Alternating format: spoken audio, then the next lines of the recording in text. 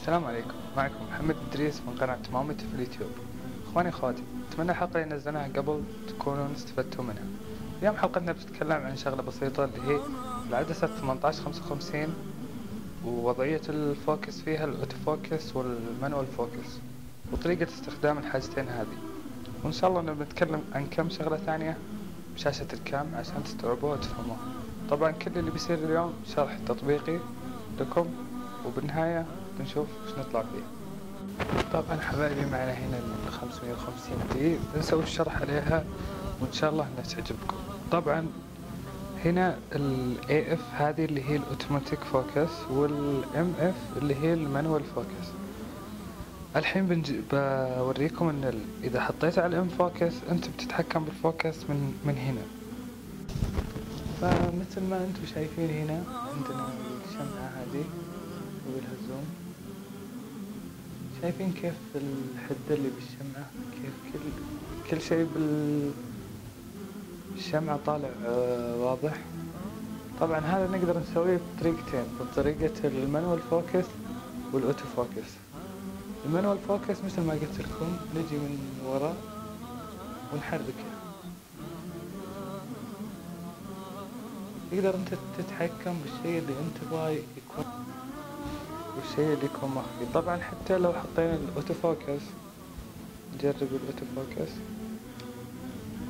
الاوتو فوكس هو بيركز على شيء معين.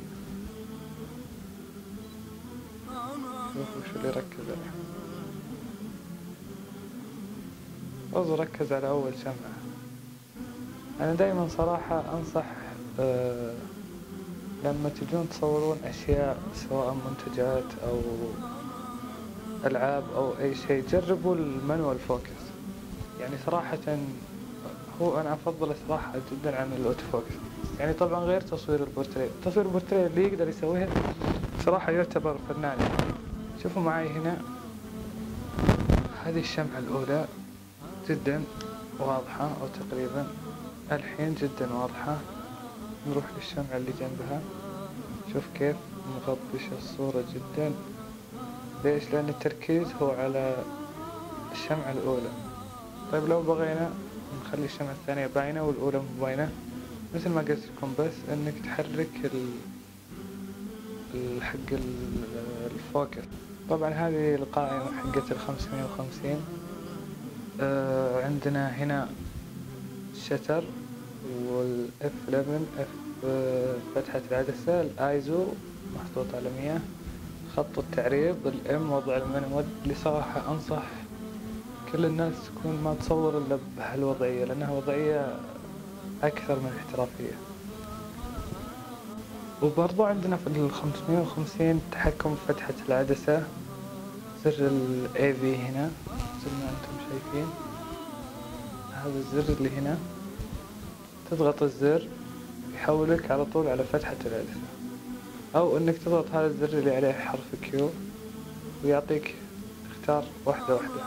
طبعا زر الاي في يعني كأسرع، يعني كأنت تختار سرعة الشتر وعلى طول تضغط الزر وتغير فتحة العدسة. وطبعا الايزو اللي تكلمنا عنه يكون موجود هنا فوق، هنا بالضبط. هذا الزر الصغير. طبعا اخواني اخواتي باقي شيء واحد بس بشرح لكم واوفر عليكم وقت كثير موضوع، اللي هو عزل الخلفية. كيف تعزل عنصر مثلا زي العدسة عن العدسات اللي وراها. طبعا هي قاعدة بسيطة. طبعا دايما العنصر اللي تبي تعزل عن خلفيته حاول تكون قريب له وهو يكون بعيد عن خلفيته.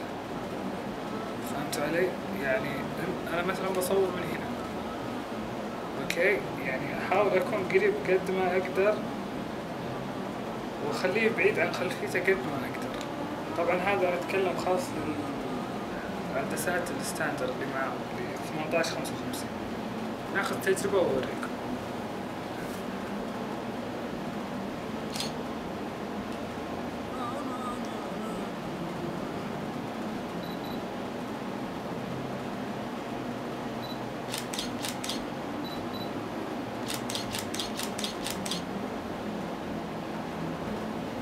طبعا اني اخذ صور كثيرة عشان ما اتحسف، عشان صور كثيرة بتأكد لي اني انا اخذت صورة المطلوبة.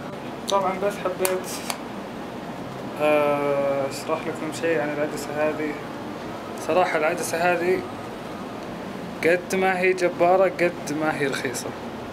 عدسة 50 ملي 1.8، عدسة جدا جبارة صراحة. انصح مستخدمين الكانون في العدسة هذه،